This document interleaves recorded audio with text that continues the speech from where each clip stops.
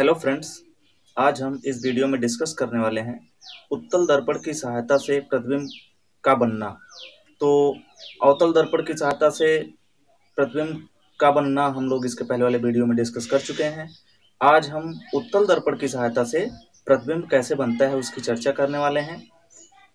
इसमें केवल दो स्थितियों की ही चर्चा करेंगे। एक तो पहली स्थिति जब वस्तु अनंत पर रखी हो, और दूसरी स्थिति जब वस्तु दर्पण से एक निश्चित दूरी पर रखी हो। केवल दो ही स्थिति, क्योंकि अन्य स्थितियों में भी सेम प्रतिबिंब प्राप्त होता है, इसलिए हम केवल दो स्थितियों की ही चर्चा करेंगे। पहला है जब वस्तु अनंत पर रखी हो। तो हमने 4 नियम बताए थे जिनकी सहायता से हम प्रतिबिंब को बना सकते हैं। पहला नियम क्या था कि दर्पण के मुख्य अक्ष के समांतर आने वाली प्रकाश किरण परावर्तन के पश्चात फोकस से होकर गुजरती है। दूसरा नियम, फोकस से गुजरने वाली प्रकाश किरण परावर्तन के पश्चात मुख्य अक्ष के समांतर हो जाती है। तीसरा नियम क्या था कि जब कोई किरण वक्रता केंद्र से होकर गुजरती है तो परावर्तन के पश्चात वो अपने मार्ग को वापस लौट जाती है। चौथा नियम क्या है, यदि कोई आपतित किरण तिर्यक आपतित हो रही है तो तिर्यक ही परावर्तित होती है, अर्थात परावर्तन कोण बराबर आपतन कोण या आपतन कोण बराबर परावर्तन कोण। तो पहली स्थिति की हम चर्चा करते हैं। यहाँ पर वस्तु कहाँ रखी है, अनंत पर। दर्पण हमारा उत्तल है, मान लो ये एक उत्तल दर्पण है। इस तरीके का हमारा ये उत्तल दर्पण है। ये दर्पण का मध्य बिंदु P है जिसको हम ध्रुव बोलते हैं। ठीक है, अब देखिए, परावर्तक तल का केंद्र ही वक्रता केंद्र होता है, अर्थात ये परावर्तक तल है, इसका केंद्र इधर आएगा। तो ये हमारा वक्रता केंद्र कहाँ होगा, यहाँ हुआ, ये C है। और वक्रता केंद्र का आधा होता है फोकस, अर्थात फोकस यहाँ होगा F। वस्तु अनंत पर रखी है, मान लो वस्तु है ये, वस्तु ये अनंत पर स्थित है। तो इसके द्वारा कहाँ प्रतिबिंब बनेगा, तो आइए देखते हैं। हम पहली किरण को चुनते हैं जो मुख्य अक्ष के समांतर आपतित हो रही है। तो यहाँ से देखेंगे, मान लो एक प्रकाश किरण है, वो मुख्य अक्ष के समांतर उत्तल दर्पण पर आपतित हो रही है। तो अब परावर्तन के पश्चात ये कहाँ से होकर गुजरेगी, ये परावर्तन के पश्चात फोकस से होकर गुजरती है, अर्थात ये जो है फोकस से होकर गुजरी। ऐसे ही यहाँ से अगर हम लेते हैं प्रकाश किरण को, तो ये परावर्तन के पश्चात फोकस से ही गुजरती है इस तरह के। इससे हमें यह पता चलता है कि जो प्रतिबिंब है वो फोकस पर बन रहा है, बिंदु आकार का बन रहा है और आभासी बन रहा है। तो प्रतिबिंब की स्थिति क्या होगी, प्रतिबिंब फोकस पर बनेगा, बिंदु आकार का बनेगा, सीधा तथा आभासी बनेगा। यहाँ लिख लेते हैं, प्रतिबिंब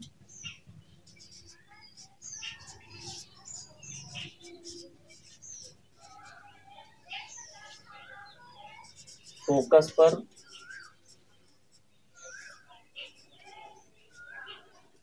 दर्पण के पीछे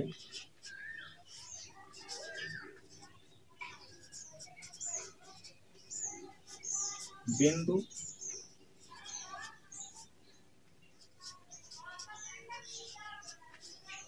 आकार का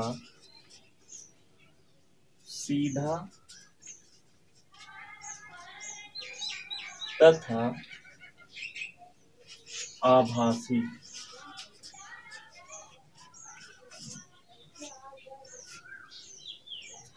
बनता है। ये पहली स्थिति है जब वस्तु अनंत पर है। दूसरी स्थिति की हम चर्चा करते हैं। मान लो दूसरी स्थिति है जब वस्तु निश्चित दूरी पर हो। वस्तु कहाँ है, निश्चित दूरी पर। जब वस्तु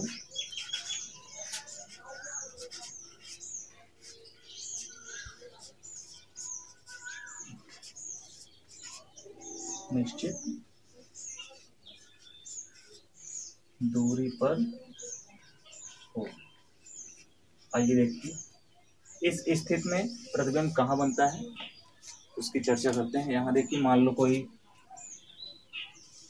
ये उत्तल दर्पण है,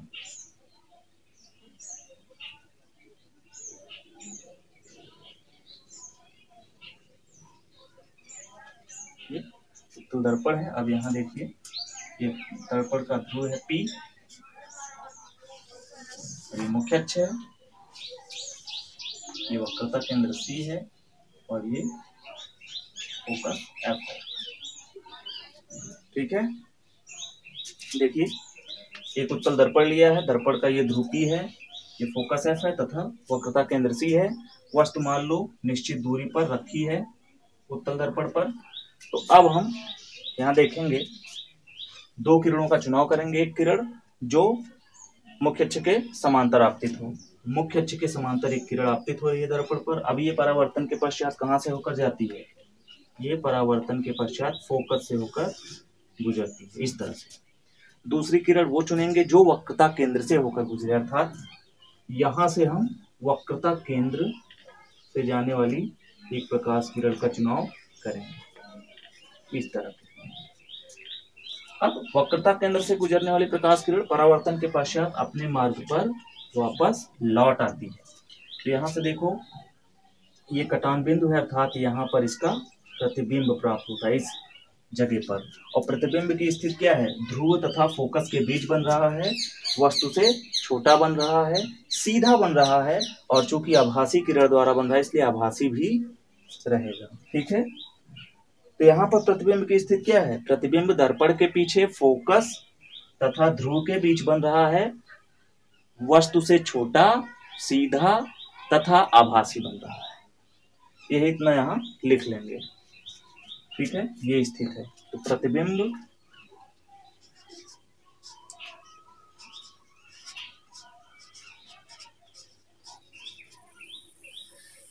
दर्पण के पीछे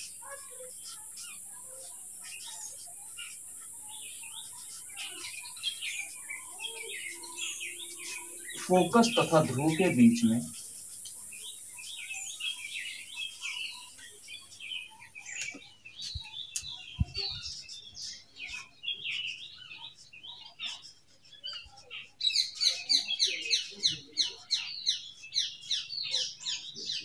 छोटा,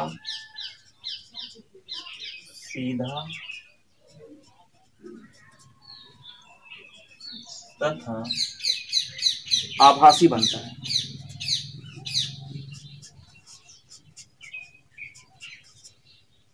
आभासी